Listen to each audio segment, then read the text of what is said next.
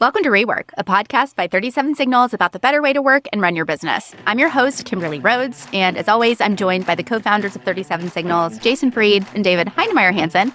This week, we're talking about a post that Jason recently wrote on his Hey World blog called Look Back Less, where he argues that businesses need to look forward and not so much back, looking at the postmortems and analyzing things that have happened previously. So, Jason, I know a lot of people commented on Twitter about this post, but tell us a little bit about what you're thinking. And then I have a couple of YouTube comments and Twitter comments I want to read for you. So tell us kind of where this started. I was actually doing a podcast a few days ago, and this topic of retrospectives kind of made its way into the conversation. And it just reminded me how much I think they're pretty worthless in our sphere of work, which is, let's call it product development, software writing, product development, design, that kind of stuff. It definitely makes sense if you have a reproducible, you're making widgets or there's a very predictable output, like you're running an electrical plant and all of a sudden something goes wrong, like you can trace it back and you know what it should look like on the other side and what the input should, or if you're making widgets and, I think in the example is like if you're stamping circles, and they come out as slightly less than circular, like something went wrong, you can trace that back, fix that problem, whatever. When you're dealing with a bunch of people making software, which is this sort of ambiguous, amorphous thing, and every time you do something, it's different. The output's different. We make this feature, we make this feature, we make this feature, we make this feature. The output is not the same. Yeah, it has to work, but like a million different things are different about it than the last time you did it. I don't think there's a lot of lessons, frankly, to draw from things when they don't go right. And the ones that you can draw are pretty fucking obvious, I think. And if they're not, you're not going to find them anyway. What you're going to do is you're going to find something that you can hang your hat on and go, it was because we didn't communicate enough, or we should have brought QA in earlier. Had we only done that, then everything would have been fine. Or had we had another designer or whatever it was, like, you come up with these things, there's no counterfactuals to prove them right or wrong, but you're like, that was the reason. And next time, and I don't think that that's ever really what went wrong. Sometimes things just don't go right, and you don't really know why, or they did go as right as they could have, no matter what you would have done. And also the idea that people say like, well, if I could have gone back and done something differently, would I have? You couldn't have. You were in the same exact moment, with the same history of your life and everything before that, the same people in the room, you would have made the exact same decision. So let's not go back and think we could have changed time. And again, I don't think a lot of those lessons play forward in a way that if they're obvious, they will. If they're not obvious, they won't. So my point is like, if you're going to look back at all, you should glance back, but not stare. And I think retrospectives and postmortems and these sort of reviews are about staring back and trying to squint to find the thing that went wrong. Again, if it's a process that's very clear and repeatable, different story, but in the kinds of stuff that we do, I don't think it's repeatable, and I don't think there's a lot of lessons to draw. And I think the reasons why you can't draw these lessons in a productive way is you don't get to test your hypothesis. So let's say you involve QA a little earlier next time on the next project. How is that a controlled variable? How do you know whether that intervention actually worked or it didn't work? And I think we talk about involving QA earlier. What the worst part of this, the worst part of retrospective, and so tempting to do, is to introduce additional process. Next time, we have to make sure that we X. Now there's another fucking line on the checklist of things you're supposed to do. You do that long enough, and that list is going to get tedious. It's going to be a box-ticking event. Now, if you're launching a freaking rocket into space, I'm really glad that there are people who have checklists and that they go through it methodically and they check that the valve is tightened and all of this stuff because it's repeatable. And you'll literally know whether you did it right or not, because if you did it wrong, people may die.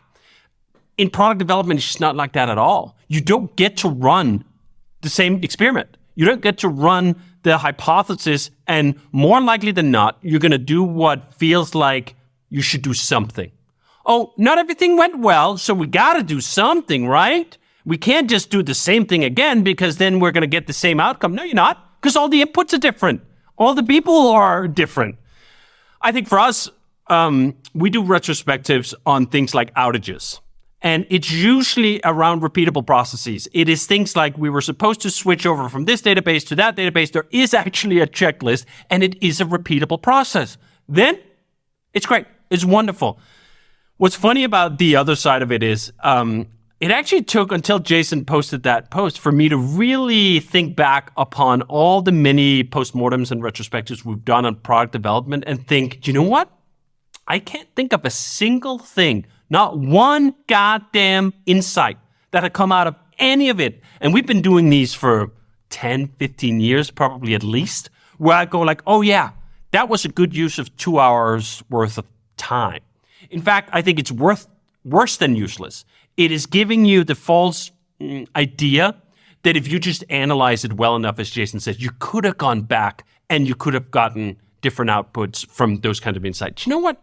Probably not, right? And this is part of the understanding here is that when it comes to product development where you don't actually know even what you want, like there's not an output that's even defined. You're trying to build a feature that people will like. Well, what does that look like? It could be a million different things. That's why you can change the scope and so on. That's what the magic of product development is, that there's not a defined output. So when that's what you're trying to build up, what you're actually, the main organ that works for that is intuition, is your gut. And that has already been processed. You've already done the retrospective, just going through the motions of building the thing you were building, and maybe it didn't work out as perfectly as it should have. All those inputs, they're already down here in the belly, swirling around, being ready for the next time.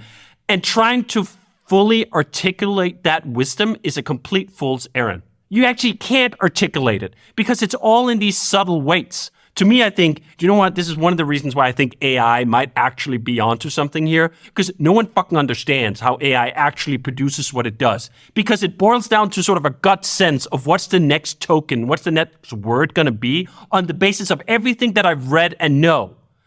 That's much the same with good product people, good product developers, good product designers. Can they deduce exactly why the button is like this or why we're cutting this amount of scope? No, they can't. They can't articulate it.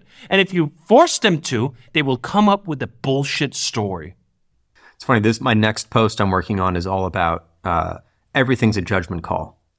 Every people are like, this is a data-driven decision. No, it's not. If a human's making it, it's a judgment call. It's always a judgment call in the end. You can look at have a bunch of different inputs, but it's still a judgment call. Otherwise, like let the computer make the decision. But if we're unwilling to do that, then we're bringing a human in, then that human is bringing to bear a million different variables, and they don't even know half of them that point them in this direction or that direction. So anyway, that's the next. Maybe we'll do a podcast on that when that post comes out. But okay, so I'm curious how this kind of ties back to analytics as well, because I know we don't have a giant analytics team or someone who's posting reports every week about how things are going. Part of me thinks that this kind of ties into that as well. We used to, and what we found is that we're just not a analytical-driven product company. Like David says, we do look at analytics and data and performance numbers when we're looking at serving up pages and more technical infrastructure kind of stuff to make sure we're serving stuff up properly and search doesn't take forever and where are the long queries and where can we knock those down and all that kind of stuff. But as far as product decisions, we're not driven by the data. We're curious about it. Like I'm curious about this and I'm curious about that. But data, of course, tells a story that already happened. It doesn't talk about what could happen or what could be if you made this change or that change. You're still running blind. You do not know what's going to happen until you do it. The market will tell you the truth. Everything else is an estimate and a guesstimate, which is fine. It's not a bad thing to have some educated stuff behind your gut, but ultimately you just don't know until you make the thing. And so we'd rather just make the thing and find out for real than to sit around and pontificate and think about and spend weeks perhaps paralyzed by choice because we're not sure what to do because we don't know what's going to happen. In the meantime, we could have built the thing and found out for real. I'd much rather just do that. That's just the choice that we typically make. And I think that ultimately leads to the honest output and the honest decision and the honest inputs in the end versus, the analysis of it. The analysis, again, does not tell you what's going to happen. Anything that's forward-looking is a prediction. And certainly some predictions are more certain than others, and there's higher probability in some ways. In some ways, there's not. Like, it's all based on what was, and things can be different, and who knows what really mattered, and timing, and the market, and the world. I mean, I remember when we were going to launch Hey, we were about to launch Hey, and then there was like a massive social uprising in the United States, I think, at the time, and we said, like, we should hold off on this. Like, had we launched it then, or had Apple not given us a bunch of shit for trying to. Well, they didn't give us a bunch of shit. They said like, you can't be in the App Store. Like, we didn't plan that. That was a huge thing that happened that helped us. We didn't know that was going to happen. Then it happened, and then what do we do about it? Well, we play into it. But that's always moving forward. All this stuff is about moving forward. What are you going to do with what you have? Not what do you think you're going to have, but what are you going to do with what you actually have? What presents itself, and how do you work with that? That's what I think is the skill to really build up, and ultimately the only honest approach to doing this kind of work. And I think it's that honesty that has led us to the realization that we'd rather not have a full-time data analyst. And we've had 3 data analysts over the past, I want to say 15 years. And they're wonderful, careful, diligent people who could dive into the data and produce a statistically significant result based on that data. And we chased all sorts of insights for years and years. Oh, can we deduce exactly why it is Basecamp customers convert, for example? That's usually the holy grail for SaaS companies. If you can look at a trial account, what does it take for that trial account to become a paid customer? Can we do more of that stuff? And we would come after months of analyses, dozens and dozens of pages, lots of fancy calculations. And I mean fancy in a respectful way here, like rigorous mathematical inquiries. And the answer would be, oh, people buy Basecamp more if they can get others to use it with them. Okay, I mean, I could probably have told you that. And also, is that even actionable? What can we do? So we tried to make it actionable. Oh, what if we somehow rejigger the invite flow and we ask you to invite people early on? Do you know what? It's not that easy. Like, these insights are not that actionable. This is usually, again, the holy grail of data analytics is you produce actionable insights, and then you can take those actionable insights and you plug them into the system, and voila, the business goes up and to the right. Not my experience, not our experience. Again, that does not mean there aren't times where this is quite valuable, especially on things like where the process is quite repeatable. I remember one clear victory we had, which was we changed the marketing page on an old product we had called High Rise, where we had a given marketing page and we changed it to something else. And then we kind of just went like, all right, that is what it is. And then 6 months later, we did a reverse analysis on whether it had worked or it had not, and like it didn't. It did not work. It actually materially harmed the sign-up rate, and we lost a fair amount of business on that. So I think like the A/B testing of the incremental changes there can work. But even there, you can get sucked into a local maxima. Jason has changed the sort of whole scope of how we present Basecamp multiple times. And usually when it's a big shift, it's got to go on like the gut of it. We're going to do this. The same thing we had with when we were playing around with different pricing options for Basecamp. We had a lot of really sophisticated analysis to go into it. And in the end, we had to rely on the fact that Jason's gut told him this is the right way to go. Because all the analysis in the world was not going to tell us what the market was going to do. And in that particular instance, it's reason enough that it's vivid. We really would have been better off if we'd just thrown shit against the wall.